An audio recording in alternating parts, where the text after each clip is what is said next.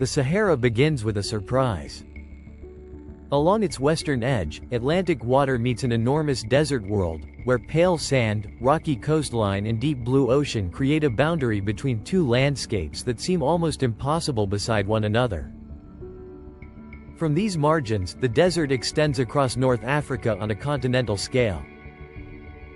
Beyond the last greener valleys lie dunes, dry riverbeds, mountain ranges and immense plains stretching towards some of the most sparsely populated landscapes on Earth. Day 1. The edge of the Sahara. Along the Atlantic-facing margins of the Western Sahara, dunes approach the ocean beneath an almost uninterrupted horizon. Sand and rock extend inland while the blue Atlantic provides one final enormous presence of water before the journey turns toward the desert interior. Farther inland, traces of moisture become increasingly precious. Seasonal waterways, wells and isolated pockets of vegetation interrupt dry country where settlements often depend on reliable access to water. The Sahara is not a single continuous sea of dunes. Much of it consists of gravel plains, rocky plateaus and mountains, with the famous sand seas forming only part of a far more varied landscape. Day 2. Into the dunes. As the desert deepens, the first-grade ergs begin to dominate the horizon. Parallel ridges of sand rise and fall across enormous distances, their shapes continually refined by winds moving across open country. In Morocco and western Algeria, dune systems create extraordinary transitions between rocky desert and immense fields of sand. Individual tracks can appear almost insignificant as they disappear between ridges extending toward the horizon. Light transforms these landscapes throughout the day. Pale morning sand becomes deep gold and orange as shadows lengthen across the dunes, revealing patterns invisible beneath the stronger midday sun. Day 3. The Great Sand Seas.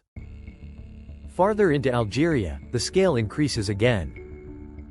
The Grand Erg Occidental and Grand Erg Oriental form enormous sand seas where dune ridges repeat across landscapes large enough to swallow entire cities without changing the horizon. Between the dunes lie broad depressions and exposed plains shaped by an extremely dry climate. From higher ridges, almost nothing may interrupt the view except another wall of sand rising in the distance. Yet even here, the Sahara is constantly moving. Wind shifts grains across dune faces and gradually reshapes ridgelines, creating a landscape that appears permanent from a distance but changes continuously at the surface. Day 4. Islands of water. Then, against the surrounding desert, green suddenly returns. Oases appear where groundwater reaches accessible levels, creating concentrated pockets of palms, cultivation and settlement within otherwise dry country. Across parts of Algeria, Tunisia and the wider Sahara, oasis landscapes form striking contrasts of color. Dense green vegetation surrounds water sources while dunes and barren mountains begin again beyond the cultivated margins. These places have supported communities and travel routes for centuries. Water allowed settlements to develop along corridors crossing regions where the distance between reliable sources could determine which routes were possible. Day 5. Beyond the sand. Deeper into the Sahara, dunes begin sharing the horizon with immense formations of stone. Plateaus rise above gravel plains while cliffs, arches and weathered rock towers create landscapes that feel dramatically different from the great ergs. In southeastern Algeria, Tassili Niger spreads across an extraordinary world of sandstone formations and high desert. Canyons and natural arches interrupt the plateau while isolated dunes gather between walls of sculpted rock. The region also preserves evidence of a Sahara that once experienced very different environmental conditions. Ancient rock art records animals and human communities from periods when parts of this landscape supported considerably more water and vegetation. Today, the contrast could hardly be greater. Dry valleys wind between towering formations while sand accumulates beneath cliffs in a landscape dominated by rock, wind and enormous open skies. And beyond these plateaus, the Sahara rises again, toward volcanic mountains, ancient caravan country and increasingly remote regions where roads become scarce and the desert begins to feel almost without end. Day 6, Mountains in the Desert. Beyond Tassili Najar, the Sahara rises into the immense Hoggar Mountains of southern Algeria. Dark volcanic peaks and weathered rock formations emerge from open desert, creating jagged silhouettes above plains extending toward seemingly limitless horizons. Around the highest country, deep valleys cut between ancient volcanic formations. Sand gathers beneath black and reddish rock while isolated peaks rise dramatically from terrain that feels far removed from the familiar image of rolling dunes. The contrast becomes especially powerful near the edges of the massif. Mountain shadows stretch across barren plains while distant ridges fade into desert haze, revealing another enormous landscape hidden within the Sahara. Day 7, the Caravan World. Across this desert, ancient routes once connected North Africa with communities far beyond the Sahara. Caravans moved between wells and oases, following corridors where knowledge of distance, terrain and reliable water could determine survival. In remote desert regions, old routes still cross landscapes of dunes, gravel plains and mountain passes. Oasis settlements appear as tiny concentrations of green within spaces where the next dependable water source may lie far beyond the visible horizon. The Sahara was never simply an empty barrier between worlds. Tuareg, Amazigh and other Saharan peoples developed communities, trade networks and deep knowledge of landscapes outsiders often interpreted only as wilderness. Day 8, into the deep desert. Eastward, the Sahara becomes even more varied. In northern Chad, the Ennedi Plateau rises from the desert as an extraordinary landscape of sandstone towers, arches, cliffs and hidden valleys. Deep among these formations, permanent and seasonal water creates unexpected pockets of life. Guelta d'Arque lies beneath towering canyon walls, its dark water surrounded by rock and desert stretching far beyond the gorge.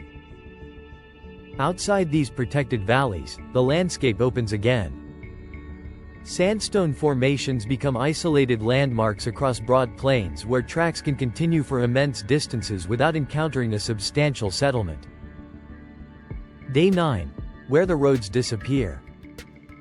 Farther north and east, the Libyan desert contains some of the Sahara's most extreme expanses. Sand seas, gravel plains and isolated mountain formations occupy regions where permanent human presence becomes remarkably sparse. The Great Sand Sea extends across western Egypt and eastern Libya in immense parallel dune systems. Waves of golden sand continue toward horizons almost completely free of buildings, vegetation or conventional roads. Elsewhere, pale salt flats and dry lake beds interrupt the dunes. Their almost white surfaces create stark contrasts against darker rock and orange sand beneath a sky that seems to occupy half the landscape. In places this remote, human presence can become almost invisible.